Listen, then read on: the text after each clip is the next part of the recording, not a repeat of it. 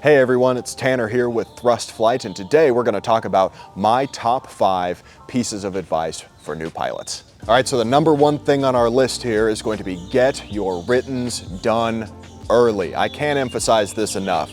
This is the first thing I tell all of my students, and you don't need a flight instructor to get your writtens done, except giving you the endorsement. But if you take some of these online written test prep courses, Sporty's I don't believe offers an endorsement, but I know King Schools does. At the end of their study program there, their online ground school, they'll give you an endorsement to come and take the written exam. But if you've studied all this and you've gone through all the Sporty's pilot stuff, the Study Buddy, especially for private pilot or Shepherd Air for the later ratings, all you need to do is show up with, normally what I ask from my students is to have about 3 test scores above an 80 or 3 test scores above a 90, depending on how much confidence I think they have. And once those scores are there, you just text me a picture of them and I'll sign you off. And that's exactly how it should work with any of your other flight instructors. Again, all this is book learning stuff. So you don't necessarily need any context to get these writtens done. It is more leaning towards kind of the rote memorization for these, which is the reason that you can have them done before you ever set foot in an airplane.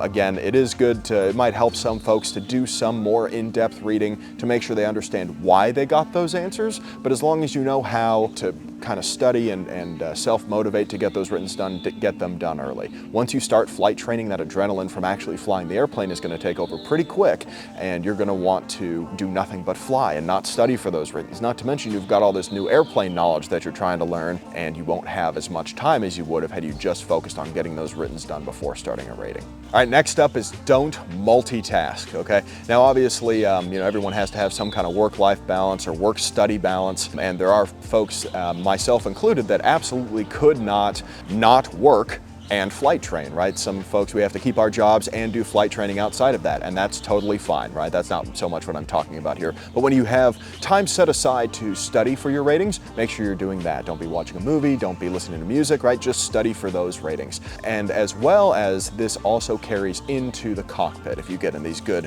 habits of not multitasking. One thing that I say to my students a lot is you can taxi an airplane, you can run a checklist, you can't do both, right? Because on those checklists, if I'm on the ground, there's nothing that can't wait until I stop the next time. If I leave my flaps down the whole time, so what? If I leave my strobes on, am I being a bit of a jerk because I'm flashing other people? Yeah, maybe, but I'd still much rather have other people be annoyed at me than do something dangerous or be heads down while I'm trying to adjust something in taxiing an aircraft. Even when I'm flying, I want to focus on one thing. I don't want to be taking phone calls. I don't want to be talking to the people in the back any more than I need to. I just want to fly the airplane. Now, in cruise, when I'm set up, I've got 200 miles to the next waypoint. Okay, yeah, there's some relaxation that I can be doing at that point, but pretty much all those critical phases of flight that we'll talk about in your training, right? Taxi, takeoff, landing, approach, all those kind of operations, I want to be focused on flying the plane. That is my only job right then, and I want to make sure that I do it well.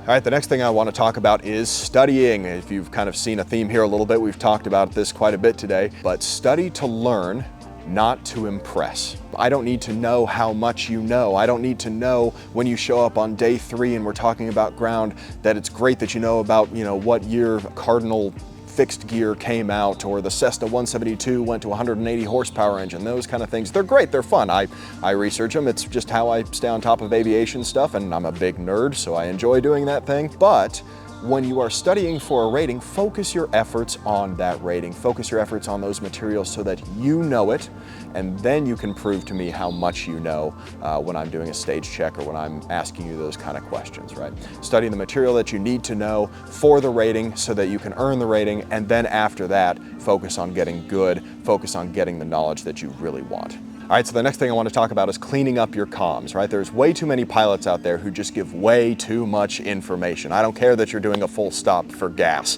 I don't care about every single leg on an empty traffic pattern that you're doing at an airport that's 50 miles away from anything else. Your comms can be too short. right? Absolutely.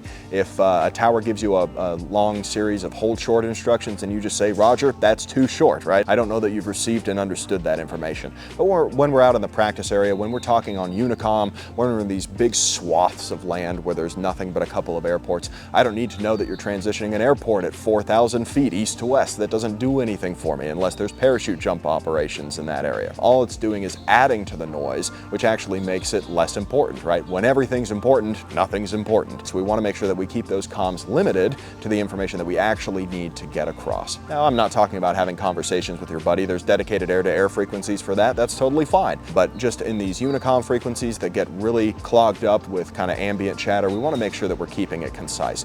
So aside from the tips that I'm pretty sure everyone has heard at this point of what's a good radio comm, right? It's who you are, where do you are, and what do you want. The other aspect of it is you can kind of say things backwards and it helps your memory. So if I get a transition from tower that says thrust 424, proceed direct for the left downwind 16, maintain VFR 2500, I'm going to flip that around in order to say it back. And I'm going to say VFR 2500, left downwind 16, thrust 424. I've ended with my call sign as a punctuation, as a period, to make sure that they understood that I knew that's the end of the sentence there.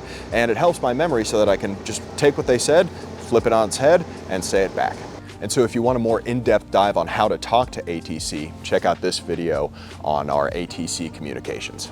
All right, and last and the probably most important thing that I can say to any new students and even just new private pilots out there is get comfortable saying no.